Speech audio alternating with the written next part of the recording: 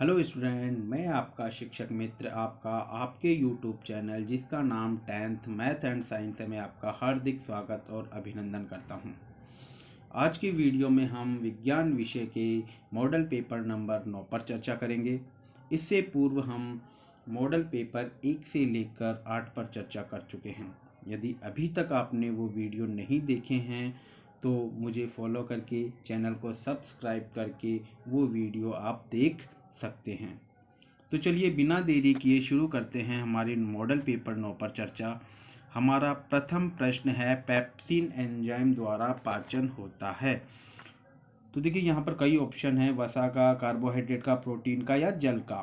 तो देखिए पेप्सिन जो एंजाइम होता है ये पाचन करता है प्रोटीन का, अर्थात हमारा जो स ऑप्शन है वो बिल्कुल सही है कि पेप्सिन एंजाइम द्वारा प्रोटीन का पाचन होता है। देखिए हमारे शरीर में कई प्रकार के पाचक एंजाइम स्त्रावित होते हैं, जिसमें से एक है ट्रिप्सिन जो कि कार्बोहाइड्रेट का पाचन करता है। इसी प्रकार से एक लाइपेज एंजाइम होता है जो वसा का पाचन करता है। तो चलिए दूसरा प्रश्न है, पीयूष ग्रंथि पाई जाती है। देखिए हमारे शरीर में जो पीयूष ग्रंथि है जिसको हम मास्टर ग्रंथि भी कहते हैं, यह मास्टर ग्रंथि पीयूष ग्रंथि मस्तिष्क के निचले सिरे में पाई जाती है। तो यहाँ पर पीयूष ग्रंथि पाई जाती है, इसका सही उत्तर है मस्तिष्क में। आइए चर्चा करते हैं अपने तीसरे प्रश्न की। अंतःस्रावी ग्रंथियां हैं। देखिए अंतःस्रावी जो ग्रंथियां होती हैं हमारे शरीर में 6 प्रकार की अंतःस्रावी ग्रंथियां होती हैं। अब अंतःस्रावी ग्रंथि क्यों नाम दिया गया है? क्योंकि ऐसी ग्रंथियां होती हैं इनके पास अपने द्वारा बनाए गए रस को ले जाने के लिए नलिका नहीं होती हैं, अर्थात ये जो भी अपना रस बनाती हैं उसे डायरेक्ट ब्लड में छोड़ देती हैं, रक्त में छोड़ देती हैं और रक्त के द्वारा ये अंग तक पहुंचता है। तो अंतःस्रावी ग्रंथियां जो होती हैं वो नलिका रहित होती हैं, अर्थात हमारा जो द उत्तर है वो बिल्कुल सही है। नलिका रहित ग्रंथियां, उन्हें हम अंतःस्रावी ग्रंथियां कहते हैं। आइए चर्चा करते हैं अपने चौथे प्रश्न की। F2PD के पौधों का बोनापन है। देखिए F2PD के पौधों का जो बोनापन है वो एक अप्रभावी लक्षण है, अर्थात ये प्रकट नहीं होता है। लक्षण दो तरह के होते हैं, प्रभावी और अप्रभावी। प्रभावी लक्षण अपने आप को प्रकट करते हैं, अप्रभावी लक्षण अपने आप को प्रकट नहीं कर पाते हैं। तो यहाँ पर चौथे प्रश्न का सही उत्तर है अप्रभावी लक्षण। चलिए चलते हैं अपने पांचवें प्रश्न की ओर। परावर्तन कोण चित्र में होगा। यहाँ पर देखिए आपतन कोण का मान 25 डिग्री है, तो परावर्तन कोण का मान हमारे 65 डिग्री होगा, अर्थात हमारा द उत्तर बिल्कुल सही है। आइए चर्चा करते हैं अपने छठे प्रश्न की। लाल वर्ण के प्रकाश की तरंग दैर्घ्य का मान नीले प्रकाश की अपेक्षा लगभग होता है। तो देखिए लाल रंग का जो प्रकाश होता है उसका तरंग दैर्घ्य सबसे ज़्यादा होता है। जो इंद्रधनुष के 7 रंग होते हैं उनमें सबसे ज़्यादा तरंग दैर्घ्य लाल रंग का होता है, और ये नीले रंग से लगभग 1.8 गुना होता है। और इसका तरंग दैर्घ्य ज़्यादा होता है इसलिए इसका जो फैलाव होता है वो कम होता है, और इसीलिए ट्रैफिक की जो रेड लाइट होती है वो लाल रंग की होती है। चलिए चर्चा करते हैं अपने सातवें प्रश्न की। जब किसी चालक तार से विद्युत धारा प्रवाहित होती है तो गतिशील कण में होते हैं। देखिए विद्युत धारा जो है इलेक्ट्रॉन प्रवाह के कारण होती है। इलेक्ट्रॉन, जैसे कि पिछले वीडियो में बताया गया था कि इलेक्ट्रॉन का जो प्रवाह होता है जिस ओर होता है धारा का प्रवाह उसके विपरीत दिशा में होता है, लेकिन धारा तभी प्रवाहित होगी परिपथ में जब इलेक्ट्रॉनों का प्रवाह होगा। तो यहाँ पर सातवें प्रश्न का सही उत्तर द इलेक्ट्रॉन है। आइए चर्चा करते हैं अपने आठवें प्रश्न की। 100 वाट और 40 वाट के दो बल्ब श्रेणी क्रम में संयोजित हैं। 100 वाट के बल्ब से 1 एम्पियर की धारा प्रवाहित हो रही है। 40 वाट के बल्ब से प्रवाहित धारा का मान होगा। देखिए इस तरीके के जो प्रश्न आपको दिए जाते हैं वो एक तरीके से आपको बेवकूफ़ बनाने के लिए दिए जाते हैं। अब बेवकूफ़ बनाने का मतलब ये नहीं है कि बेवकूफ़ बना रहे हैं, ये बहुत बड़ा प्रश्न दे रहे हैं और बच्चा जो है ये उलझ करके रह जाता है, प्रश्न को देख करके ही वो घबरा जाता है कि ये तो बहुत बड़ा प्रश्न है, पता नहीं 100 वाट है 40 वाट है क्या है। जैसा कि आपको पता है कि जो श्रेणी क्रम होता है, अगर आपने पिछला वीडियो अगर देखा हो तो आपको अच्छे से समझ में आया होगा कि श्रेणी क्रम में धारा का मान समान होता है, अर्थात यहाँ तार तो एक ही है, तो चाहे बल्ब 100 वाट का है उसके आगे चाहे 40 वाट का है चाहे 60 वाट का बल्ब है, धारा का मान बिल्कुल समान ही रहेगा। अर्थात अगर 100 वाट में 1 एम्पियर की धारा प्रवाहित हो रही है तो 40 वाट के बल्ब में भी वही 1 एम्पियर की धारा ही प्रवाहित होगी। अर्थात हमारा द उत्तर 1 एम्पियर बिल्कुल सही है। श्रेणी क्रम में विभव अलग अलग होता है। यहाँ लेकिन अगर चर्चा होती समांतर क्रम की तो समांतर क्रम में धारा का मान अलग अलग हो जाता है। आइए चर्चा करते हैं अपने अगले प्रश्न की। लोह चूर्ण पर तनु हाइड्रोक्लोरिक अम्ल डालने से क्या होता है? देखिए लोह चूर्ण क्या है? धातु, और तनु हाइड्रोक्लोरिक एक अम्ल है। और हम पढ़ चुके हैं कि जब भी कोई धातु अम्ल से क्रिया करेगी, कोई भी अम्ल हो सकता है, H2SO4 भी यहाँ हो सकता है, कोई भी अम्ल हो सकता है, कोई भी धातु हो सकती है, अगर कोई धातु अम्ल से क्रिया करेगी तो हमेशा हाइड्रोजन गैस ही बाहर निकलेगी और उस जो भी पदार्थ है उसका क्लोराइड बन जाएगा। तो इसमें हमारा जो ए ऑप्शन है कि हाइड्रोजन गैस बनेगी और आयरन क्लोराइड बनेगा, क्योंकि यहाँ धातु क्या है? आयरन है, तो आयरन क्लोराइड बनेगा। अगर यहाँ पर जिंक धातु होती तो जिंक क्लोराइड बनता, लेकिन हाइड्रोजन गैस हमेशा बनेगी। तो ये 9th क्वेश्चन का सही उत्तर ए है, हाइड्रोजन गैस और आयरन क्लोराइड। आइए चर्चा करते हैं अपने 10वें प्रश्न की। स्क्रीन पर ऊपर ही ऊपर दिख रहा है, बेंजीन का रासायनिक सूत्र है। देखिए बेंजीन एक चक्रीय कार्बनिक यौगिक है, हाइड्रोकार्बन है, सॉरी। बेंजीन एक चक्रीय हाइड्रोकार्बन है, हाइड्रोजन और कार्बन के संयोग से बनता है। इसमें कार्बन भी 6 होते हैं और हाइड्रोजन भी 6 होते हैं, अर्थात हमारा ए उत्तर C6H6 बिल्कुल सही है। चलिए चर्चा करते हैं अपने 11वें प्रश्न की। कैरोसिन तेल में किस धातु को डुबोकर रखा जाता है? देखिए कैरोसिन तेल में सोडियम, पोटेशियम, ये जो सक्रिय धातुएं होती हैं बहुत जल्दी क्रिया करती हैं, इन धातुओं को डुबो करके रखा जाता है। क्योंकि यहाँ पर सोडियम ऑप्शन नहीं है तो यहाँ पर दूसरा ऑप्शन है पोटेशियम, लेकिन ज़्यादातर जो ऑप्शन में आता है वो सोडियम आता है। तो ध्यान रखिएगा आप कि कैरोसिन तेल में किस धातु को डुबोकर रखा जाता है, तो सोडियम भी है और पोटेशियम भी है। सोडियम ज़्यादातर ऑप्शन में आता है, यहाँ नहीं आया है, यहाँ पोटेशियम है। उसका कारण ये है कि जो सोडियम या पोटेशियम धातु हैं, जब इनको अगर हम खुला रख दें तो ये नमी से क्रिया कर लेती हैं। वायुमंडल में नमी होती है, अर्थात पानी की हल्की सी मात्रा भी अगर इनको मिल जाए तो ये तुरंत आग पकड़ लेती हैं।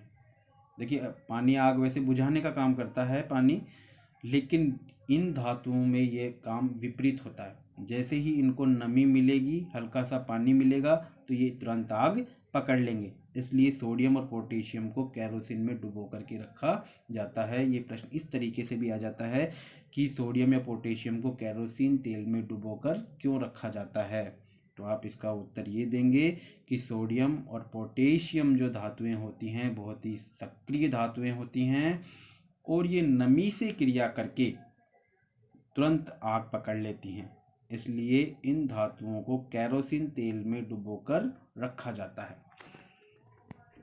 आइए चर्चा करते हैं अपने 12वें प्रश्न की। जो पदार्थ जैविक प्रक्रम द्वारा अपघटित हो जाते हैं उन्हें क्या कहते हैं? देखिए अपघटन का मतलब छोटे छोटे टुकड़ों में टूट जाना, निम्न, छोटे मतलब निम्न। तो जो पदार्थ जैविक प्रक्रम द्वारा अपघटित हो जाते हैं उनको जैव निम्नीकरणीय कहते हैं।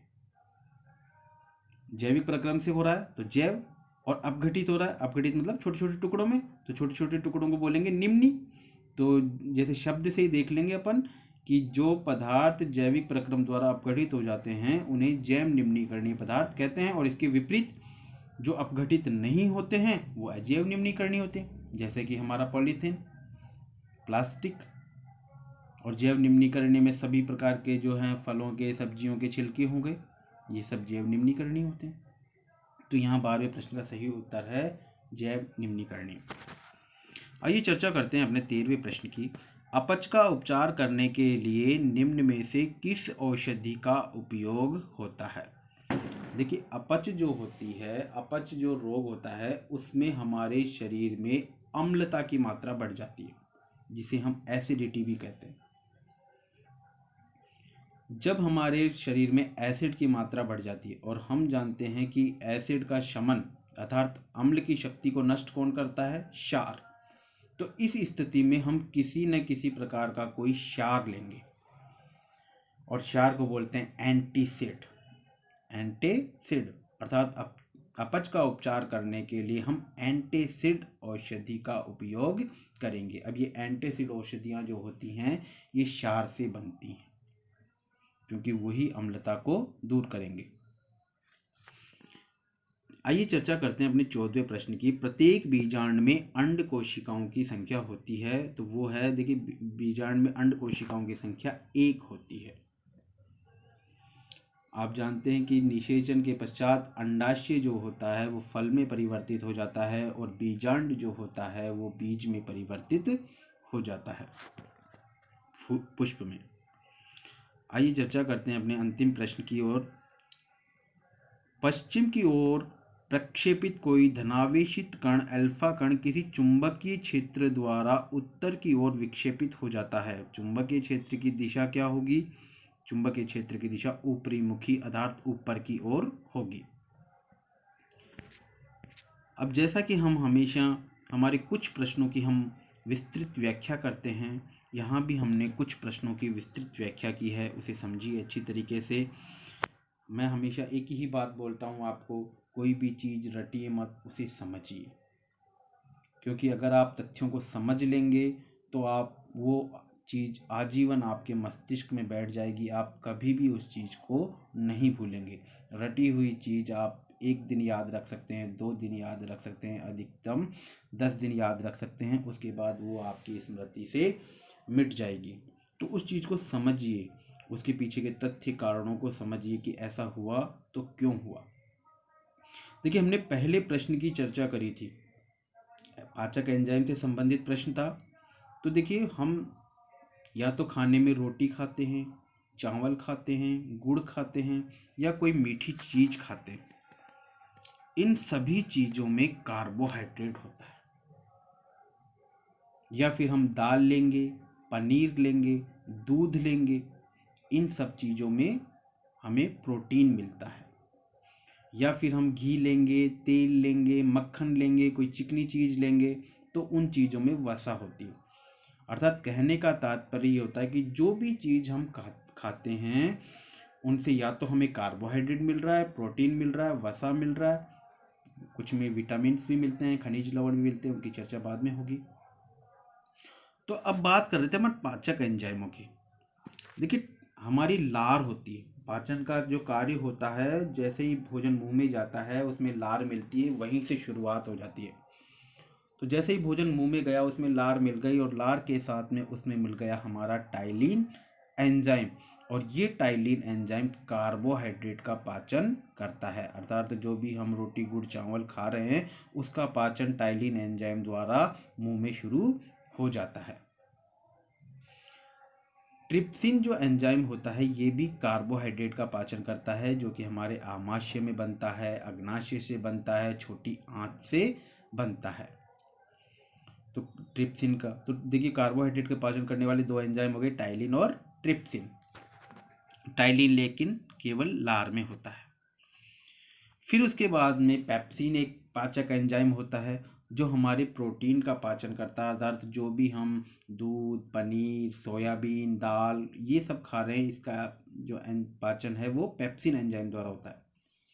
इसके बाद में वसा का पाचन लाइपेज एंजाइम द्वारा होता है। जो भी हम घी, तेल, वसा जो भी चिकनी चीज़ें हम खा रहे हैं, मक्खन वगैरह, उन सब में वसा होती है और उसका पाचन लाइपेज एंजाइम द्वारा होता है। और ये लाइपेज एंजाइम भी आमाशय से स्रावित होता है, अग्नाशय से स्रावित होता है, छोटी आंत से स्रावित होता है। देखिए पाचन का संपूर्ण कार्य जो होता है वो छोटी आंत तक लगभग पूरा हो जाता है। उसके बाद में बड़ी आंत में जो है वो केवल भोजन का अवशोषण, जल का अवशोषण, और थोड़ी अवशोषण भी जो है छोटी आंत तक, भोजन का जो अवशोषण हो वो छोटी आंत तक ही पूरा हो जाता है। बड़ी आंत में केवल पानी का अवशोषण होता है। देखिए हमने 9वां प्रश्न लिया था, धातु थी कोई अम्ल, और जब ये धातु और अम्ल आपस में क्रिया करेंगे तो एक तो हाइड्रोजन गैस बनेगी और फिर उस धातु का क्या बनेगा, क्लोराइड। जैसे यहाँ पर फर्स्ट है, हमने धातु लिए Fe और अम्ल है हमारा HCl। तो जब ये आपस में क्रिया करेंगे तो धातु का क्लोराइड बन गया FeCl2 और हाइड्रोजन गैस बन गई। अब धातु दूसरी आ गई सेकंड पोजीशन पर, दूसरी उदाहरण में धातु जो आ गई वो आ गई हमारे जिंक Zn, अम्ल है HCl। तो मैंने बताया कि चाहे धातु कोई भी हो, अम्ल कोई भी हो, हमेशा उसका क्लोराइड बनेगा। जैसे यहाँ जिंक है तो ZnCl2, वहाँ Fe था तो FeCl2, और वहाँ भी हाइड्रोजन गैस बन रही है ऊपर भी और नीचे भी जो है वो हाइड्रोजन गैस बन रही है। 13वें प्रश्न में जो था वो अम्ल और क्षार के बारे में बताया गया था, एंटीसिड वाला क्वेश्चन था वो। तो वहाँ देखेंगे, देखिए अम्ल और क्षार ये जब आपस में क्रिया करते हैं तो लवण और जल बनाते हैं, इसे हम उदासीनीकरण अभिक्रिया कहते हैं। तो ये प्रश्न बहुत ही इंपॉर्टेंट है, कई बार आ जाता है कि उदासीनीकरण अभिक्रिया किसे कहते हैं। तो उदासीनीकरण अभिक्रिया में भी आप यही लिखेंगे, अम्ल और क्षार आपस में क्रिया करके लवण और जल बनाते हैं, इसे हम उदासीनीकरण अभिक्रिया कहते हैं। अब यहाँ पर नीचे रासायनिक अभिक्रिया दी गई है। अम्ल हमने लिया है HCl और क्षार लिया है हमने NaOH, और जब ये आपस में क्रिया करेंगे तो क्षार का Na, अम्ल का Cl आपस में क्रिया करके बनेगा NaCl, जिसे हम साधारण नमक कहते हैं। और ये अमूमन आपके प्रश्न पूछ लिया जाता है बहुविकल्पी प्रश्नों में पेपर में कि साधारण नमक का सूत्र क्या होता है, NaCl, और साथ ही दोनों जो है OH और H मिलके H2O आधारित जल बन जाता है।